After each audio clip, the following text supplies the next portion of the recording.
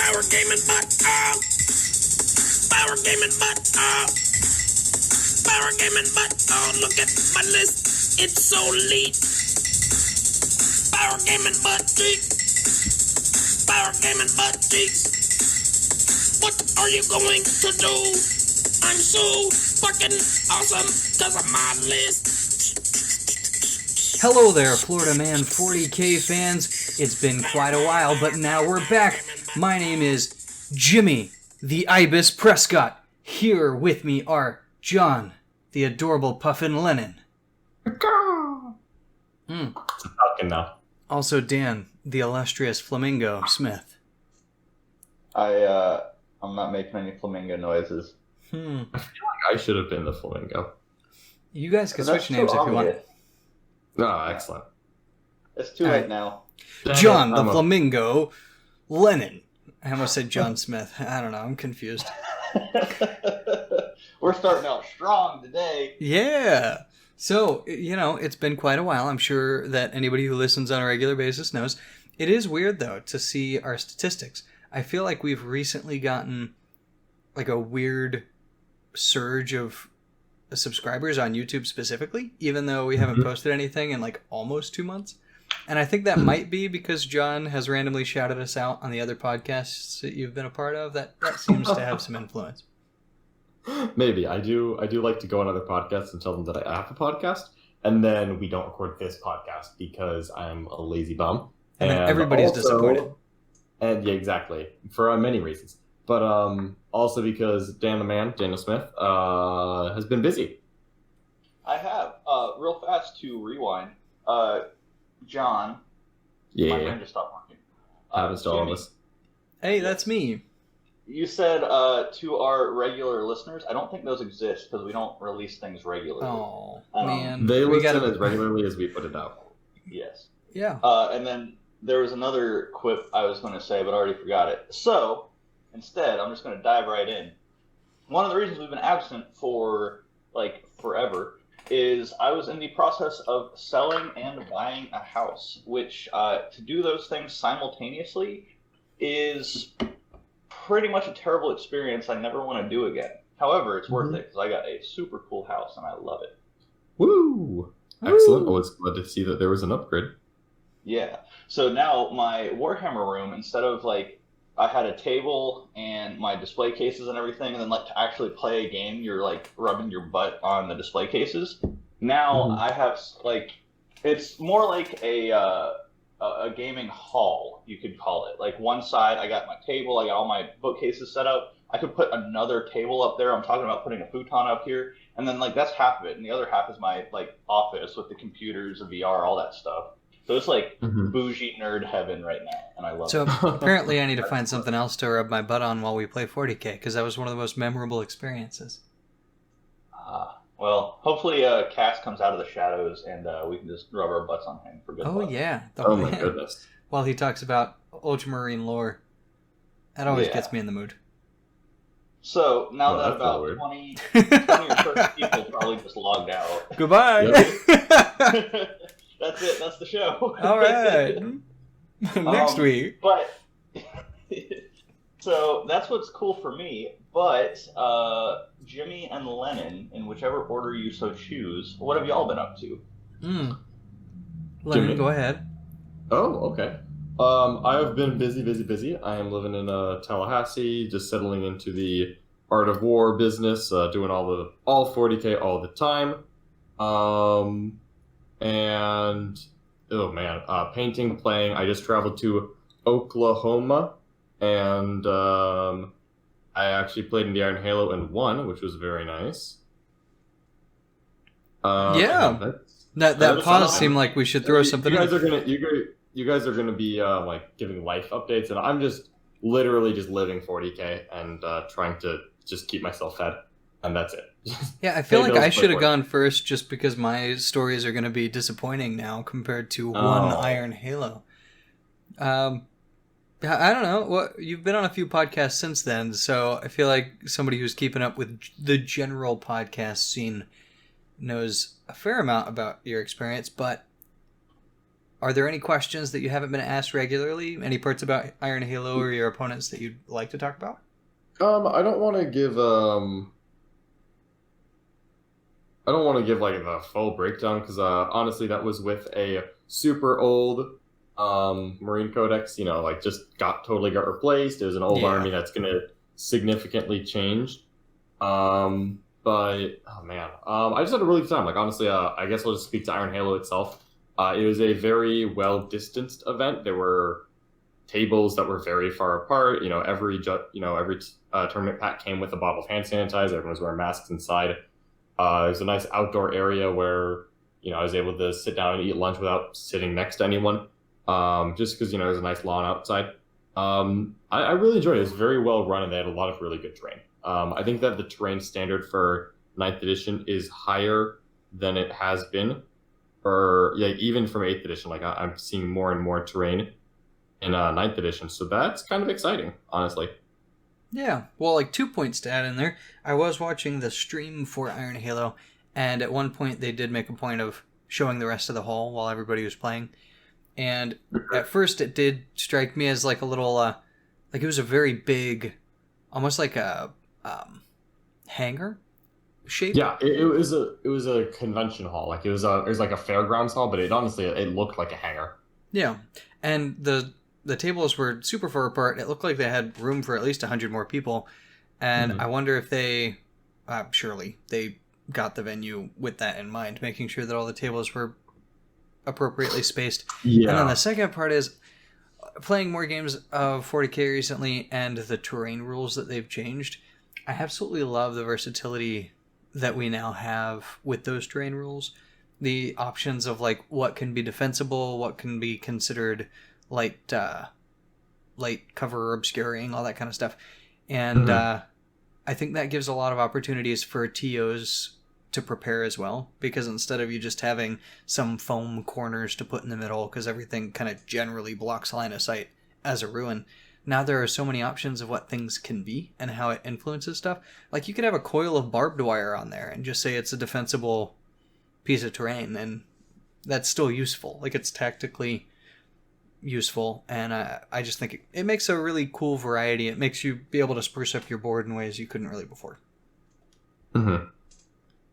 Yeah, honestly, like the terrain rules of 9th edition have been awesome so far, frankly. Honestly, just such a huge upgrade over 9th. Like actually, obviously, like I've been playing in a bubble, and I'm sure a lot of the listeners especially have been able to play games, but probably only local, only against a small number of people. And even if you're traveling for events and if you can safely, then awesome. But even if so, you're probably playing against a smaller pool of opponents than you normally would have. So getting to go out, travel, and play against some different people on different terrain that I don't have in my house, wasn't sure what to expect. It was very nice to do. Yeah. And then has there been anything else going on in the meantime? Any new army experiences that you've had since or before then during your time practicing?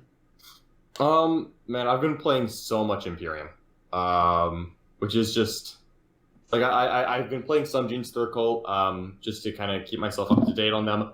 I really like the Buggies and Goliath Truck and Saw Acolytes build, but I've mostly just been playing Imperium, which is mostly just Custodies and Space Marines. And man, they're both so powerful. They have such a nice diversity of rules. It's really, really fun. Yeah. Could I ask just briefly, is there a Tyrannus detachment in that rock grinder thing? It's just pure Genestealer cult? Or is it like guard? I'm just playing pure Genestealer cult, honestly. Dang. You gotta send me a list or something. That'd be exciting to take a look at. Yeah, it's basically 9 Ridge Runners, 3 Rocksaw Acolyte units, 3 Goliath trucks, and then like a lot of Brood Brothers and support characters, and it's actually been doing really well for me. Dude, I would love that. I've always wanted a reason to use is it the Rock Grinders, or you said Goliath trucks?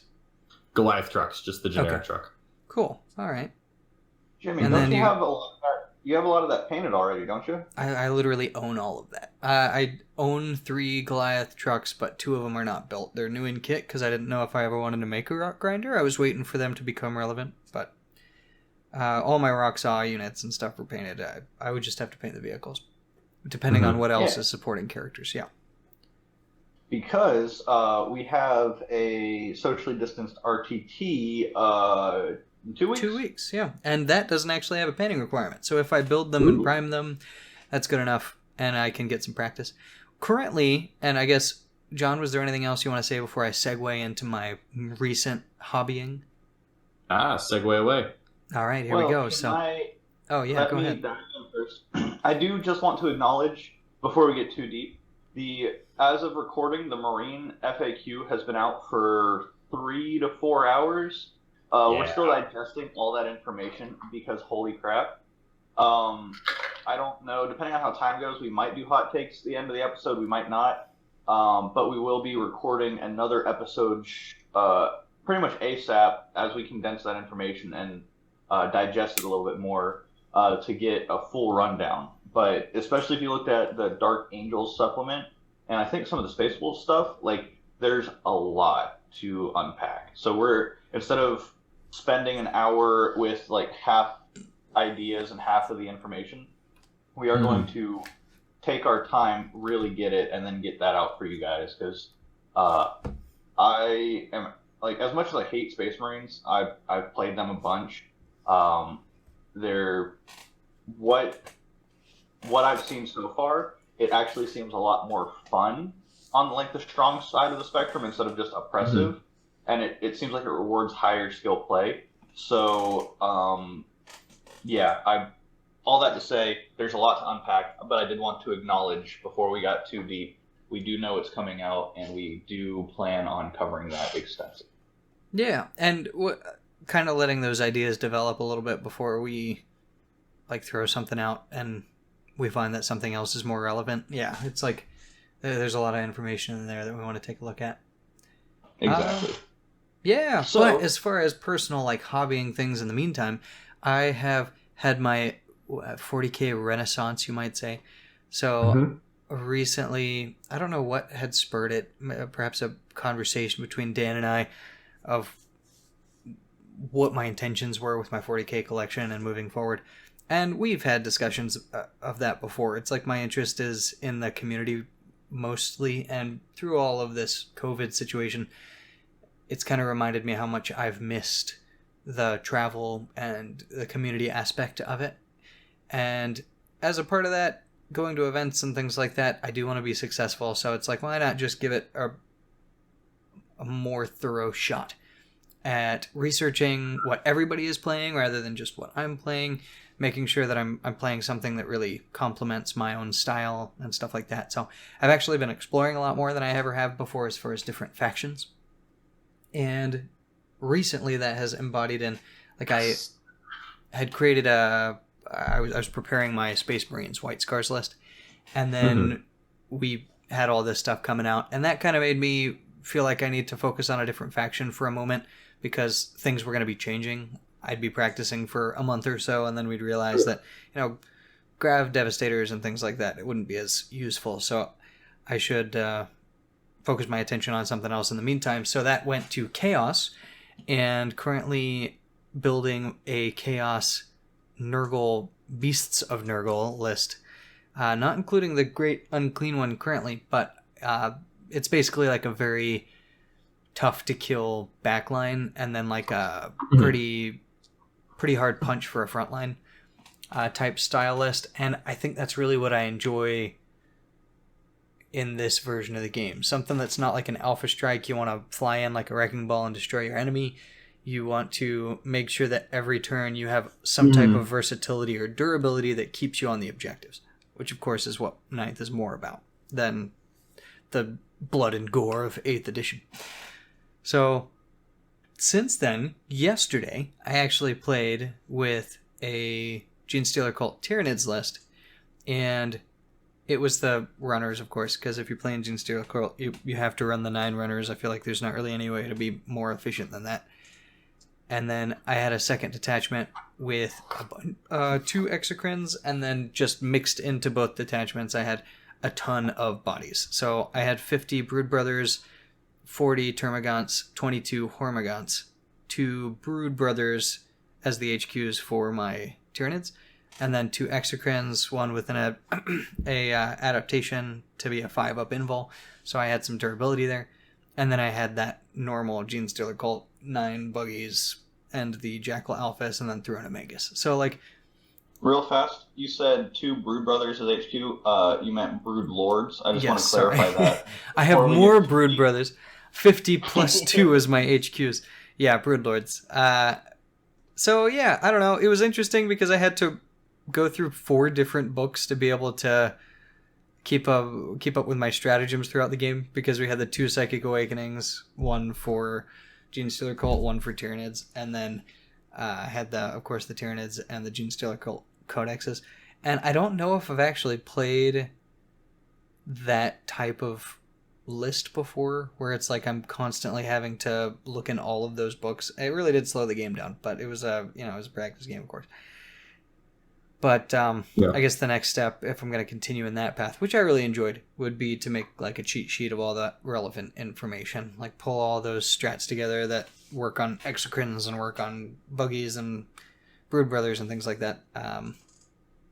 What I did for my Eternity Gene Stealer Cult was I just bought the data cards for both armies, and then because it comes with objective marker, or like the tactical objectives, which frankly you're never going to use because that doesn't exist anymore. I just like put a note, like I like just like put a sticky note and just wrote down the rules I was going to use, and that was fine for me. Yeah, that's a good idea. Yeah, and like the new stratagems, I guess, like from the Psychic Awakenings, I just like wrote them down or like printed them out, like because I have the PDFs. I used to have the Tyranids cards somewhere, and Dan keeps getting cut off. I'm sorry. I used to have the Tyranids cards somewhere. I think I lost them at an RTT like a year and a half ago, or they're just buried somewhere in my hobby room. I have no idea. Pity. Well, they're not too expensive, at least. Yeah. Sorry, Dan. Go ahead. Okay. I was just gonna say, right before COVID hit, I was building the Grey Knights army. And what I did, because they have so many layered powers, is I did an outline of all of the highlights in a notebook. So I had like the psychic powers and what units they were traditionally on, the key stratagems, and then I had another page that had like the situational stratagems, things like that, just so I had a quick reference. So instead of flipping through all the books, I had a quick reference, and I didn't like write down verbatim word for word. So if I needed to look something up, I still, like, for a specific wording interaction, I would still have to do that. But doing that, it made playing Grey Knights, which, especially the 8th edition Grey Knights list, was a super, like, complicated, intertwined list. Since then, I've done that for Custodes, who have about 30 stratagems that you need to know. And then I went back to my old Chaos and kind of did a similar breakdown. And that made it so much more efficient with my time in game, where it was easier. I didn't forget as many powers or stratagems, except for Custodes. I always forget the deny rerolls, which is literally their best stratagem, and I always forget to use it. But besides that, it's been like super useful. So I definitely recommend, especially as you're picking up new armies. One, writing it down helps give you that memory. Like if you were ever in detention and you had to write down the same thing over and over again, like you memorize it. So it helped with that, creating that memory. But then it also gave me a quick reference, so I didn't bog it down flipping through 4 different books. Okay, makes sense to me. So definitely recommend that to anyone who is playing a complicated army, or any army really. Yeah, I guess any army can really like become complicated, except maybe Imperial Knights. I don't know. Well. Oh yeah, Sorry, one other thing. I muted myself for that. Yeah. Hobbying in general.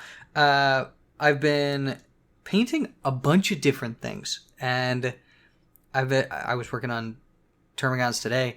Dan is going to be working on AdMech, so I am putting together and painting those. I actually got all the Rangers for the list together and primed today, by the way, Dan. And then thank you. I have 11 Beasts in Nurgle that recently came in because I've been proxying that list. And I had all of those built, and then I started priming those today. I have 6 of 11 built. And I don't know. I feel like I'm making some progress on that front. Currently waiting on a GW order that has more of the Corax White primers, as well as a bunch of contrast paints. And this will be my first time using the contrast paints, but I feel like Chaos is the best one to start with, since their look is a little bit more like gritty anyway. It'll make me feel a little better about using it when I'm not sure about how it's going to turn out. Yeah. Remind me to send you a video. Mini Wargaming, one of their painters, he's outstanding, and he was like, contrasts suck, except for if you do this on Chaos. I don't think he actually said contrasts suck, but he's got like a wet blending feathering technique, and he uses a Beast of Nurgle specifically as the example, and it's beautiful. So I need to send that to you. But anyone who's interested in making contrast paints look good, look up Wargaming Beast of Nurgle painting tutorial. You'll be able to find it. It's like, it goes from, oh yeah, contrast paints, they're great for beginners, to this advanced technique makes it look better than anything. So. Well, now I need to check it out, because I use contrast a lot of my armies. Yeah. For my hobby update, I don't know if you're done, Jim, because I know you've been doing like all of my hobbying and all of your hobbying. But I have some Venatari that are coming in soon, so I will get to build those and then hand them over to Jimmy so he can paint them. As one does. Yeah, but I'm all over the place, but that's okay. So my Death Guard are painted, and I was playing those some. But with Jimmy running the Nurgle list, he was borrowing a couple of my models because he's painting my stuff. Like, I want him to still be able to play with a painted army. So I was going to go with Admech as the backup plan, but Admech is a very complicated army that takes a lot of time to paint. So instead, I was messing around with Custodes, and before I was running them with the bikes, Virtus Praetors, and those things are just hot trash, and it like turned me off to the army because I felt like I was just playing behind, but it's because I had a 400-point throwaway unit. I have since replaced them with the Aquilon Terminators. Like, I know, Lennon, you've talked about Aquilon Terminators on Art of War and other places for a while. Yeah, absolutely. And it went from, man, Custodes are terrible, to I actually really freaking like Custodes. I had 3 Aquilons with fire picks just as filler because I didn't have my Venatari. And, like, that was a game Jimmy and I played. It was super close, and I felt like I was still suboptimal because I had the fire pick dudes. So now that I'm adding the Venatari, I'm actually pretty excited. Obviously, I know the meta is shifting in a major way, like, very rapidly. But Custodes are a ton of fun, and it kind of, I guess what the point of all of this is, I was like almost ready to jump ship on the army without playing enough games with various units, and it kind of like was a refresher and a reminder to like, don't play 3 games and make a decision on an army. Like, mess around with it, make changes, because it might just be one bad unit or one bad turn or something. Like, get a larger sample size before you make your final decision on an army, I guess is what I'm trying to say. Yeah, I certainly always recommend that. Yeah, but I don't know. Custodes are also, like, they're surprisingly high skill cap for what seems like a very straightforward army. Yeah. Custodes are they just have a very thin margin for error where they're very good. But like, if you mess up and lose something quickly, then it's just done.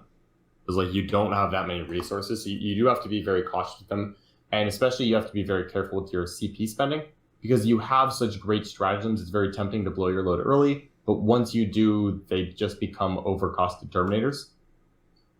So you need to make sure that you get to a point where you're in a game-winning position before you run out of command points.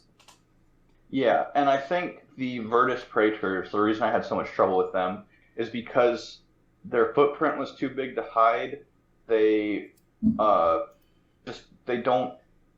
the easiest, best target for the enemy, and because of it, it's like you just said, you take a big loss too early in the game and you can't quite recover. And if you burn CP to keep them alive, it was a dead investment, because they're gonna be done either way. Yeah. Are we talking about the bikes? Yes. Okay. Yeah, and I think that the current edition has changed a little bit of what you need. So, like, the bikes they were good because they were the only things that really move quickly. But now with all of the reserve options, it's easier to get things across the board with time without having to slog all the way through enemy fire. So, like, their role could be replaced for something that is more defensible in an efficient way.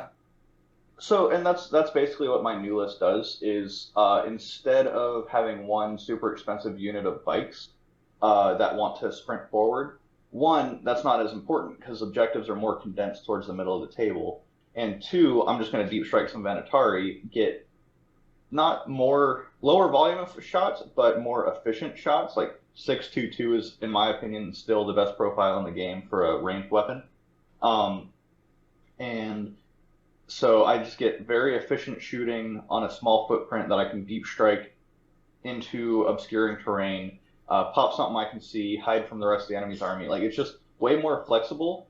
And again, the speed of the Virtus Praetors just isn't as important because usually, like, turn 1, move, advance, terrain hop, whatever you need to do. Turn 2, you're able to get onto enough objectives, even with your, like, Terminator armor. So the speed of the bikes was really a detriment because it would just leave them out to dry. Yeah, that's the speed is nice, but I think you really need a lot of obscuring terrain to hide them. Because frankly, it's just they don't get all of the defense that the other units do when it comes down to it. Yeah, exactly.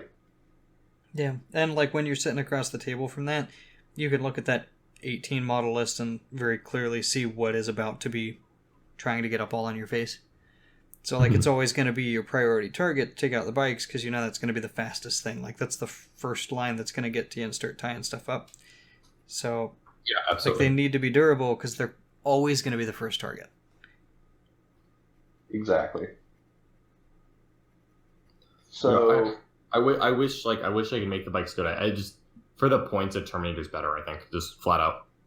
Yeah, an Aquilon Terminator gets all of the best stratagems and is at least 5... Is it 5 or 10 points less per model? 15. 15 less per model. There we go. I was thinking of the fire pipes, which are 5 points less. Yeah. The best Aquilon is 15 points less than the bike. Yeah, and an Alaris is 30 points less. Man. Yeah, I love Custodes. I actually really want to explore their Forge World units, especially the literal absolute second that we get those Forge World data sheets and everything. I probably will buy an Ares gunship because it's been very fun so far, but I also acknowledge that it could change. So I am being a patient boy, but I'm tempted not to. Yeah, you mentioned the Ares, and I was like, really though? And then I pulled up the data sheet and I was like, why? I don't want to spend that money. So I am also on standby because that thing looks like it should be really good if it stays similar to what it is right now. Yeah, and I would expect it would, but we've got some time on that, I'm sure. GW will probably procrastinate another month or two before we actually get all these Forge World rules. Yeah, if I were to guess. As soon as you decide to buy the Ares is when they're going to release the rules, actually. Well, like, I'm just... It's too much to buy without having rules in front of me, frankly. Like, I love it, and the current rules are good, but I'm just not willing to use it until I see that it works. Yeah, but what I'm saying is Games Workshop and Forge World, they're specifically waiting. So, like, if you don't buy one, they're just going to release the Forge World book. And the I see the problem. Order button. You know what? I guess they'll just save the money and just never buy it then. So. Nope. They're specifically looking at John Lennon's bank account. Yeah, absolutely. I mean, because you remember the Lennon... The Orions? Lennon played the Orions, like, in front of the Forge World rules writers, and they released an FAQ the next morning. So... Yeah, it was on the GW stream. There were Games Workshop writers there, but I don't know if I don't know about Forge World specifically. I mean, same thing, probably.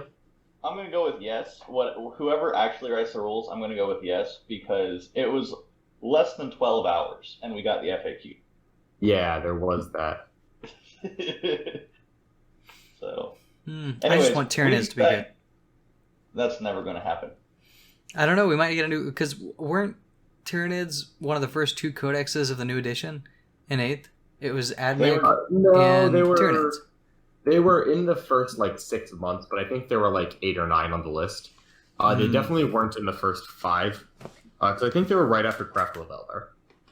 Okay. Well, I mean, we're getting a reset, and it seems like they're starting to put, stratagems and things. Everything's being balanced in a different way with the way they're doing core. I'm hoping that it's a priority that each codex comes out pretty quickly to make sure that everybody is on the same page with a new edition. Which means there's always hope. And what everybody has always said is Tyranids need to be good at close combat. And I'm hoping that they really take that to heart and make it to where, a Lictor doesn't only get 3 attacks and stuff like that. The game is heading... I wouldn't say heading. It's in a really good assault phase at the moment. Yeah. So I feel like good assaulting Tyranids would be in a really good place if the Codex reflects that. And, giant space insect monster things, it totally makes sense for them to be good in the assault phase. So that's what I'm hopeful for. I mean, it does, but let's just be real. Honestly, a Blade Guard veteran hits harder than a Carnifex right now. Just straight up, no exaggeration. But that's what I mean. We just need more attacks. Honestly, so more than 4 attacks. Make a Carnifex have I don't know, let's just say 6 attacks with all Thunderhammers. Just weapon skill 3, strength 12, AP. I guess Thunderhammer's AP2 now. But weapon strength 12, AP3, damage flat 3. 6 or 8 attacks at 80 points a model. That still might not even see the table, but at least if it hits something, it'll kill it. Yeah, and in the Codex, it even talks about a Carnifex where it's what is a guardsman talking about how a Carnifex hit one of the tanks and it just slashed it in half. It looks like one of their military diagrams of the inside of the tank. You actually try to have that happen, and it'll take 4 Carnifexes charging a tank at the same time. So I would like it to reflect what they are in the lore by actually being good in close combat. Would be wonderful. Adequate. I think I've told this story before, so I'll keep it short. But I was playing some Tyranid Warriors, and I was okay, they did their job. They tanked a bunch of shots. They're midfield. All I got to do is I charge them into this unit of 10 intercessors and get into a good melee. I didn't even kill a single intercessor. I was eee. I would maybe pitch them against guardsmen and still not expect to kill 10 guardsmen. I don't know. Yeah, it was literally it was the type of move where then it's a durable unit in the middle of the field. His entire army can charge me, wrap me, and obsec all the objectives away. It was the complete opposite of what you would expect from something that's literally called Tyranid Warriors, and they have bone swords, which used to do instant death, and now it's strength 5 AP dash. It's strength 4 AP 2 damage 1. That, thank you. The damage 1 on a weapon that used to inflict instant death does hurt me, yes. Yeah. And it hurts you, but not as much as it used to. With instant death. Jeez. Anyways, we have been all over the place. We have. It's good. That's how you know we're back. Yeah. It's been too long. We got to talk all about everything that's happened.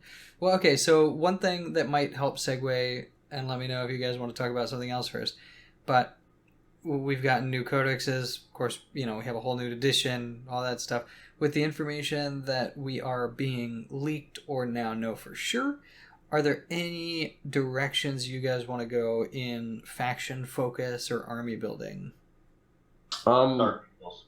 Dark Angels feel like they got the biggest buff out of the Marine Codex, frankly. So they will probably be an interesting one to talk about in the future. Because honestly, they're really, really strong. All right. Yeah. I also love Dark Angels. But Dan loves anything that he can beat the poop out of people with. Yes, you'll not hear a word about it until it's the best thing, and then I honestly love blank. Well, Well, no, you can.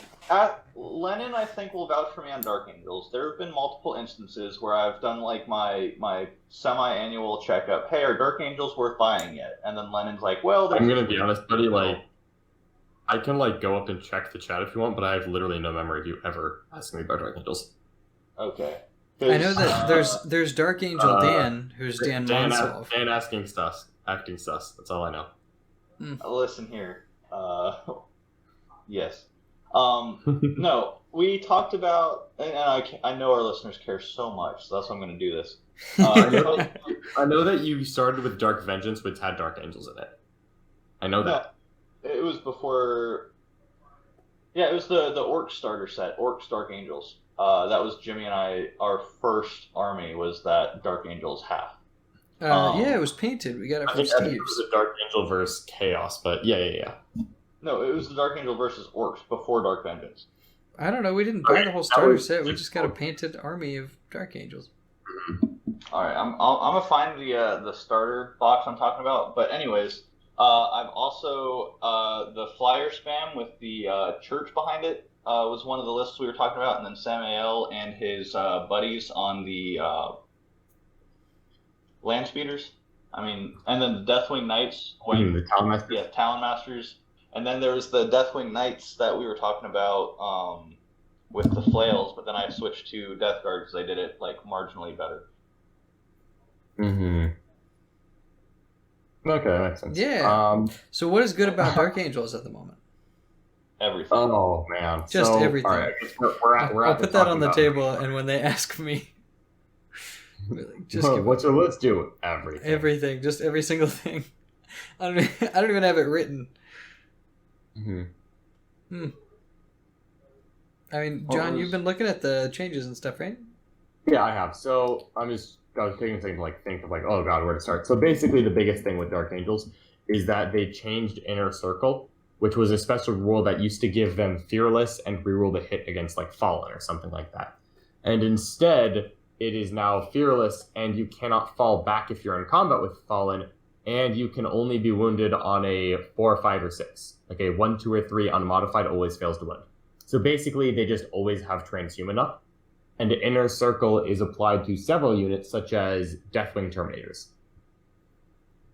And this is a strategy? So if you just take... No, this is a inbuilt special rule. So if you just take 20... Right? Like, it seems a little bit ridiculous, if I'm being honest with you. Like, Games Workshop maybe wasn't doing the math on exactly what they were doing to us. So for that reason, it's, man, it's just... Oh, man. It's so much tank. And, like, because they went up a wound, like, their Terminators, they went up a wound, but they didn't change in point cost. Like, it's 33 points for an Assault Terminator still, and they just straight up gained a wound. And then they also get Transhuman literally all the time. And then with a banner nearby, they can have a Feel No Pain, which they could before, but now it's a Feel No Pain on a 3-wound model instead of on a 2-wound model. Plus, it has the ability to not take damage, like, most of the time with wounds. Yeah, and with a Warlord trait, you can have a 6-inch aura of objective secured. So you can have, like, this Ancient who's OBSEC, and he's giving all of these Deathwing Terminators OBSEC, and the Deathwing Terminators can only be wounded on 4+, and they have a 2-up save, and they've got a 5-up Feel No Pain. And then Azrael's nearby, so if you shoot them, they have a 4-up invuln, or maybe they're just carrying a Storm Shield, so then they have a 1-up armor and a 4-up invuln. And there are a ton of attacks because Lightning Claws got the Chainsword rule, where it's just every time if you have a Lightning Claw, you just make an additional attack roll. So now Lightning Claws are just a ton of attacks. It's really slow, but it's really strong. And it can deep strike at least, so like that solves some of the mobility. Yeah, it sounds terrifying. So is it mostly these Terminators that are going to be like running around romping people, or is there more of a build to it? No, honestly, I was just gonna like bring Terminators until I didn't have models left, and then I was gonna bring more Terminators. All right. Pretty much. Is this also a specific Terminator kit, or is this just Terminator and you say Deathwing to make it sound more like? So Deathwing Terminators do have their own kit, but I'm gonna be honest, they're literally the exact same thing as normal Terminators, just with Dark Angel icons on them. Okay. Cause I like Dark Angels are like the emo skater kid of 40k, where it's like we're slightly more grimdark than our other brothers, like Hairflip. Yes, exactly. So throwing very, Deathwing onto a Terminator just sounds like Dark Angels. it's extremely strong. Yeah, so Dark Angels they're going to be a force to be reckoned with. I'll leave it at that. They've got some other cool rules. I need to digest exactly what's happening. I'd really like to have the codex in hand so I can like thoroughly read it. Because right now I'm just kind of operating off of YouTube scans and a couple pictures that I have. So I'm very much looking forward to having it in my hand. When does that release? It releases this Saturday, so it's already on pre-order.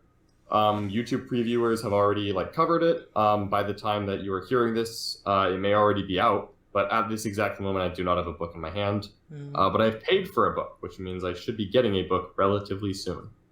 Do Necrons come out at the same time? Necrons come out the same day, so they come out Saturday, October 10th. All right.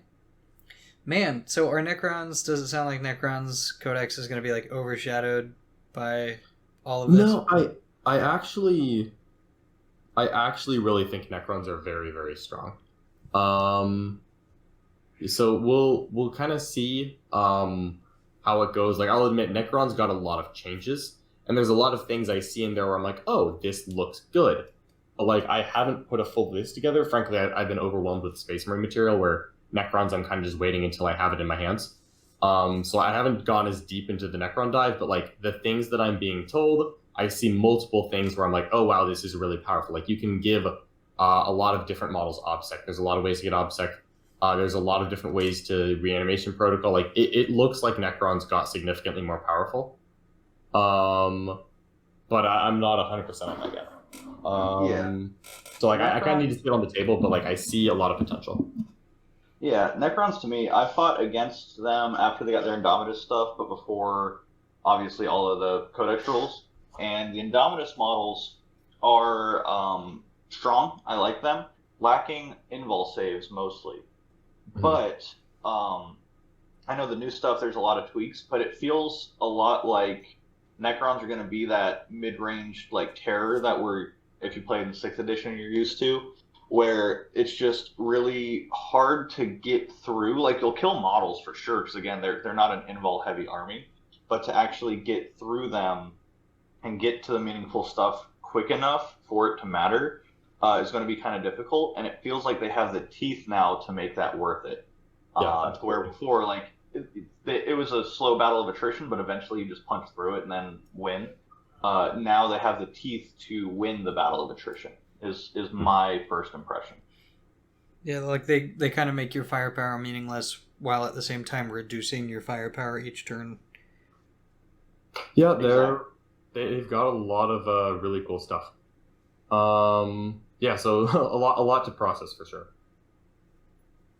But that's honestly a good problem to have, because the transition, lack of events, kind of a lull, so to really have this much to dive into and study again, work on armies, work on hobby stuff, especially because it feels like we're in a place where a lot of armies have good rules, and sure, no matter what, something's going to float to the top and be the best, but it feels like there's a lot more variety of the 4-in-1 lists that with the right matchup or with the right die roll or something, you could push for that 5-0 with a lot more armies right now than it's felt like in the past. Yeah, there's definitely a lot of armies that can do it. I feel like, unfortunately, there's the trend where a couple of armies can't, and I think that's mostly Xenos factions, frankly. But almost literally every single Imperium army is very competitive. Most Chaos armies I feel like are competitive, and a couple of Xenos can. But it does feel like there's just a few armies that are lacking, but definitely less than normal, I guess. Normally there's 6 or 7 armies that are just unplayably bad, honestly. And right now maybe it's 1 or 2. And hopefully with the Codex cycle being relatively quick, I'm sure we can expect GW to keep up the pace. Then it'll be hopefully they can fix that quickly. Yeah, because right now the one glaring one to me would be pure Tyranids, and pure Genestealer Tau. I get that. I would say Tau as well. Yeah, Tau definitely, because I think I heard Sigler say it earlier today on the Twitch stream y'all were doing. Tau is pointed like they had the 10-point shield drones, but then shield drones are 15 points. So you just don't have the drone support to make your expensive units efficient enough to survive. So then they're just kind of meh. So Tau is on the bottom. Pure Tyranids, I would say, are on the bottom. But then, like, even after that, Gene Stealer Cult, Pure, like you were talking about with the trucks, like there's some play there. Orcs, I feel like, are really being slept on right now. The buggies list plus cheap transports with cheap obsec inside, like you can flood objectives and tie things up. It's like kind of white scars, but way more random. Harlequins are spoiler army that are really good right now. I mean, I could go through pretty much now any faction, and yeah, they have this style of list that can do well. Yeah, exactly. So, Mhm. yeah. Yeah, I feel like there are a lot of varieties of, especially when we're talking about Xeno stuff. I feel like there are a lot of things that have their gimmicks, things that work really well to drop off OBSEC troops on objectives and things like that. But it's when you're looking at it from the goggles of the Marine meta, where it's like, okay, you have extremely durable OBSEC units that also have majority 2 damage and will just, like, a unit of 5 can eliminate your unit of 15 infantry. Like, it's difficult to start mathing up against that whenever you're playing with infantry that doesn't have an invul save. Like, they have their toughness 3. Like, it's cool to say, like, yeah, you've got this transport, you drop it off here, and you're holding that objective, but then, like, 3 guys walk up and just destroy your unit of 10, and you don't hold it anymore. Like, it's hard to last the turn with the Marine meta going on. It is a little bit of a anything I can do, Marines can do better. But the new book, I feel, has toned that down, or what we've seen so far. It seems like it's toned down the like raw firepower, like raw stat blocking people, and it's gotten them a little bit more back to like combo, rewarding smart play instead of here's my Iron Hands vehicle list that's just going to mow things down while not dying quickly. Yeah, like if it goes to a point where it's not a lot of volume fire being put out by Marines, it's more like like you're talking about the Dark Angels being extraordinarily durable and have the potential to have OBSEC, but their points are still going to make them fairly elite compared to OBSEC heavy troop armies. At least there's a chance of outnumbering them, and I guess that's where you could start to play the game, as long as they don't have the volume to just destroy your numbers. So like that's where the balance comes, I guess. Yeah, like honestly, my hope is for like I think Custodes are actually a very balanced army right now, and so I'm hoping Marines feels like Custodes with a little more bodies but a little less durability, or something along those lines, where it's got that like seeing Custodes on the table. I don't feel like, well, I got to get lucky, but at the same time, like if I make a mistake, I'm going to lose. I feel like Marines, from what I've seen, are going to end up a little more in that category, but with obviously more unit selection and some more flexibility. Mm-hmm.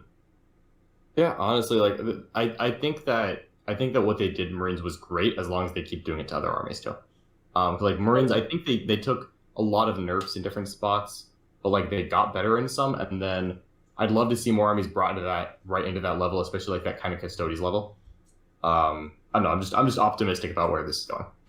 Yeah, and honestly, I think just through this conversation, I realized, to me, I think Custodes are like the most balanced army in the game right now.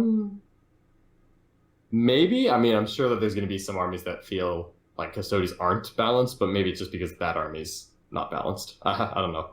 Yeah, it's also a lot easier to balance rules for units when your army size is 20 models instead of 60 to 100.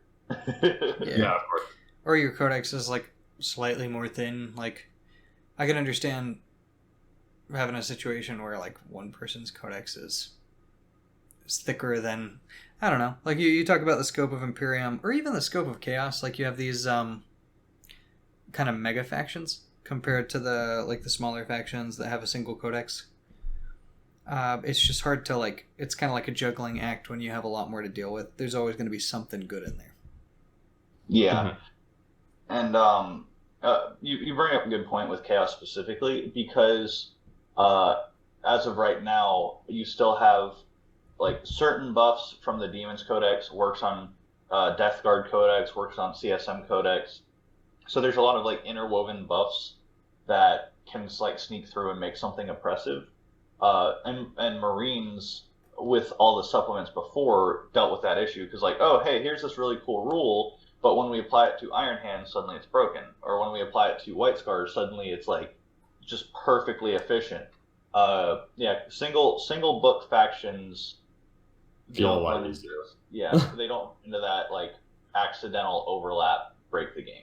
Yeah. You end up with a lot more narrow build options. That's why some people complain. It's like, oh, I only have this one relevant Necron list or one relevant, like, insert Xenos army. Because their faction is... It's almost like... You know how in the previous editions you used to be able to ally? And you'd have two Xenos armies that were working together. It's almost like it was originally designed to be that way in scope. And then they decided that narratively it didn't work that way. Which makes sense. But yeah, you have to make sure that, I guess that's where the balance comes from. You have to make sure that that's kept in mind, I guess. Yeah. For the record, hopefully... Go ahead. Go ahead. Oh, please. Okay, fine. I will say it. I'll just say it for the record. I am really glad that you can no longer ally like all the random crap like you used to in 6 and 7. Yeah. And that's coming from someone that abused Taudar. Like, I remember that being the big thing. Everybody talked about Taudar. Yeah, I am very glad that we don't have to deal with that crap. Like, I had like the double Death Star Orcs and Necrons once. Like that. I'll just leave it at that. I'm glad it no longer works that way. Yeah. Mm-hmm. Anyways, John. I was just gonna say, hopefully bringing all of the Marine rules under one book means that they'll be able to tone in the unintended imbalances. But frankly, I'm not optimistic on that. But maybe. Yeah. No. Absolutely, I agree. It's a great theory. I also expect things to just slip through and be ridiculous, but we'll see. Yeah, exactly. Yeah. Also, in other news, I got, I did a Games Workshop order, and with the order, I got a 15% off the new merch website where you get clothing and stuff. Ooh. So I ordered a beanie. Like, it's a little thing that you put over your head. It's got the Gene Stealer cult thing on there. It's purple, which seemed appropriate. And then Lib, my wife, found a website that does prints on masks. So since we have those tournaments coming up in the next 2 weeks and then a month, I got a Nurgle mask, and just in case I'm playing that. And then I got a Tyranids mask that has like an anime Ripper on it, and then one that has like the Gene Stealer cult icon. Oh, that's awesome. Yeah, so I'm gonna be fully decked out for these events coming up. I'm upset with you, Jimmy. What do you mean? You didn't tell me you were ordering themed masks. This is all in the middle of I don't even remember when it was, but Liv was looking at buying other things, and then I think we ended up buying like 11 items. Okay. Yeah. So I'm gonna steal the Nurgle mask. Oh. That's all. And especially if you don't run the Nurgle rush list, and that means all I have to do is paint 3 Plague Burst crawlers, and I'm set. Then I will wear the Nurgle mask and represent Nurgle. True. Do you want to know what the mask says? It just says disgustingly resilient on it, which I feel like I loved it. I thought it was great. Certainly appropriate. Yeah. That is indeed glorious. On your COVID mask. I don't know. It seems pretty nice. Yeah. But I think we're getting danger close to the rambling section of the podcast. So we probably should wrap up soon. Also, it's very obvious that Jimmy and I at least are rusty. Lennon, I know you talk Warhammer all day, every day. What are you saying, Jimmy, Dan? I feel fully vested. No, you are. I'm just saying we're not smooth at conversing right now. Dang it. Back to Well- the habits of talking over each other. You know, the usual. Yeah, well, we need to get back in the habit then. Bring out the second season of Florida Man 40k. Season which 2. Didn't say that at the beginning of the episode. Yes, we are considering this season 2 of the episode.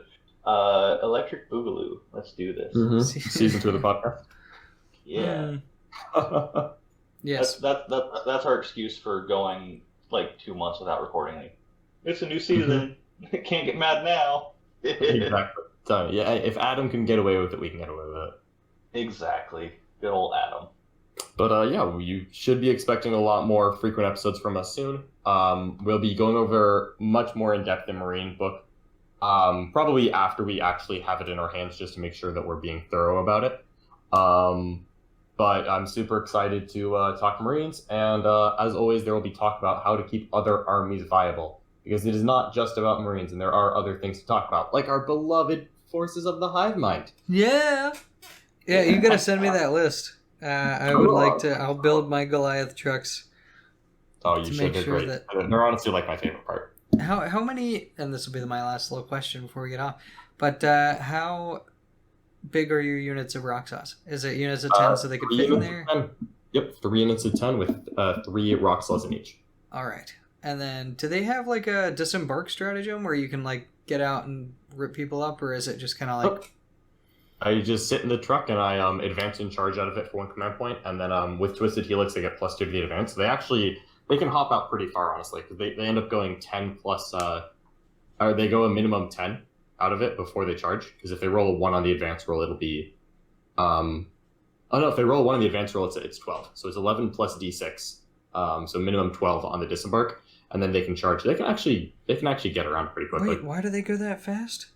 So they disembark 3 inches. Yes. So they get older than 3, and then they Alright. move 6, and then they advance. And because they're Twisted Helix, they add 2 to the advance roll. Ah. So they always go very, very fast. They always go very, very fast out of the trucks, and I really like it. All right. That's it. I too like to go fast. Ooh, excellent. Yeah. So I'll build some rock trucks, and then we'll go Goliath trucks rather. All right, perfect. Oof. Well, did we have anything else to say before we wrap it up and bid people welcome for next time? Yeah, I'm sure we could ramble a whole bunch more, but That's never the question. yeah, I'm good with that. So that's all for me. All right. All Have a right. lovely life, guys. You as well. We'll see you shortly. Goodbye. Thanks for tuning in, as always. Bye.